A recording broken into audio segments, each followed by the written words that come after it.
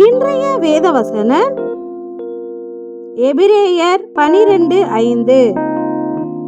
என் மகனே, கர்த்தருடைய சிட்சையை அற்பமாக எண்ணாதே, அவரால் கடிந்து கொள்ளப்படும் போது சோர்ந்து போகாதே. ஆமேன். நம்முடைய கர்த்தரின் சிட்சையை நாம் அற்பமாக எண்ணக்கூடாது. ஏனெனில் கர்த்தர் எவனிடத்தில் அன்பு கூறுகிறாரோ அவனை அவர் சிட்சித்து தாம் சேர்த்து கொள்ளுகிற எந்த மகனையும் தண்டிக்கிறார்.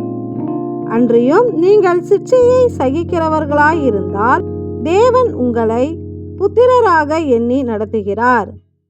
எனவே நாம் நம்முடைய இச்சை நிமித்தமும் மீறுதலின் நிமித்தமும் நாம் உபத்திரவப்படுவதினால் நாம் தேவனுடைய புத்திரர்களாய் இருக்கிறோம். அவர் நம்மை சிட்சித்து நம்மை நல்வழியில் நடத்துவார். அன்றியும் நம் தேவன் நம்மை ஏன் சிட்சிக்கிறார் என்றால், தம்முடைய பரிசுத்தத்திற்கு நாம் பங்குள்ளவர்களாகும் பொருட்டு நம்முடைய பிரயோஜனத்திற்காகவே நம்மை சிட்சிக்கிறார். அதனால் கர்த்தரால் சிட்சிக்கப்படுகிறவர்கள் அவருடைய பரிசுத்தத்தில் பங்குள்ளவர்களாகவும் அவருடைய புத்திரர்களாகவும் இருக்கிறார்கள். எனவே நம்மை நம் தேவன் சிட்சிக்கும் போது அவருடைய சிட்சையை நாம் அற்பமாக எண்ண வேண்டாம்.